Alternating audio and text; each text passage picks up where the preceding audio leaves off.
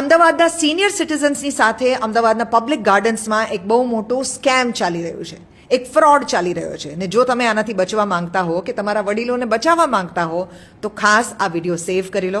યહ દેવકી કે સાથ, જનહિત મેં જારી. અમદાવાદ જ નહીં, ગુજરાતના પણ અલગ અલગ શહેરોની અંદર જો આ થતું હોય તો મને ખબર નથી, થતું હોય તો કોમેન્ટ સેક્શનની અંદર ખાસ નીચે લખજો.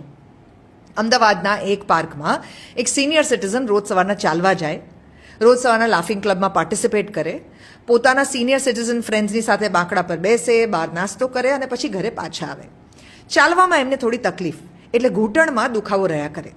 એક માણસ એમની સાથે બેસવા માટે આવ્યો, એમની સાથે ઘણી બધી વાતો કરીને કીધું કે તમારો ઘૂંટણનો દુખાવો જે છે એ હું તમને મટાડી દઈ શકું એમ છું, કોઈ પણ ઓપરેશન વગર.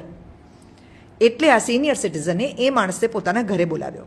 એ માણસે કીધું કે હું થોડી સોય લઈને આવીશ અને તમારા ઘૂંટણમાંથી અલગ અલગ વસ્તુઓ જે છે એક્સ્ટ્રેક્ટ કરી લઈશ કે જે તમને પેન આપે છે.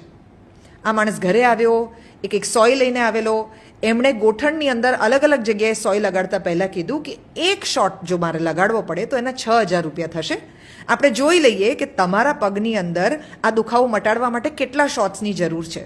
એ માણસે 20 અલગ અલગ વાર વડીલના પગમાં સોય પ્રિક કરી અને કંઈ પરું જેવું કાઢ્યું અને કીધું કે એક શોટના 6,000 રૂપિયા હતા, એટલે હવે તમારે મને 1,20,000 રૂપિયા આપવાના થાય અને તમારો પગ બિલકુલ સાજો થઈ જશે એક અઠવાડિયામાં.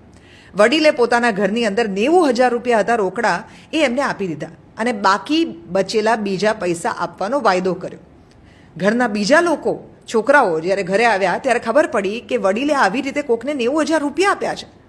એ લોકો એટલા ગભરાયા, વડીલને કીધું કે તમારી સાથે ઠગાઈ થઈ છે, તો વડીલ માનવા માટે તૈયાર નહીં. એ કે ના, એ માણસને મારે બાકીના રૂપિયા આપવાના છે, તો એ બાકીના 40,000 રૂપિયા પણ હું એને બોલાવીને આપીશ. એટલે છોકરાઓએ કીધું તમે ફોન કરો, એનો ફોન જ નહીં લાગે. અને થયું એવું જ. એ માણસ ત્યારથી જે ગાયબ હતો, આ અમદાવાદી વડીલે જઈને FIR પણ લખાવી છે, પણ પોલીસ આમાં આ માણસને કેવી રીતે પકડશે જ્યારે વિલિંગલી એને ઘરે ઇન્વાઇટ કરવામાં આવેલો, એના વિશે અત્યારે અસમંજસ છે. પોલીસ પોતાનું કામ કરશે, પણ તમે પોતે પણ તમારું કામ ધ્યાનથી કરજો. તમારા વડીલોને આ ઘટનાની જાણકારી આપો અને આ મોડસ ઓપરેન્ડથી બચીને રહો. અને ધારો કે તમે પોતે જ સિનિયર સિટીઝન હો તો તમે ખાસ જાતે ધ્યાન રાખજો. આવા કોઈ પણ લોકો તમને ભોળવે એમાં મૂર્ખ બનશો નહીં. દેવકી કે સાથ, જનહિત મેં જારી.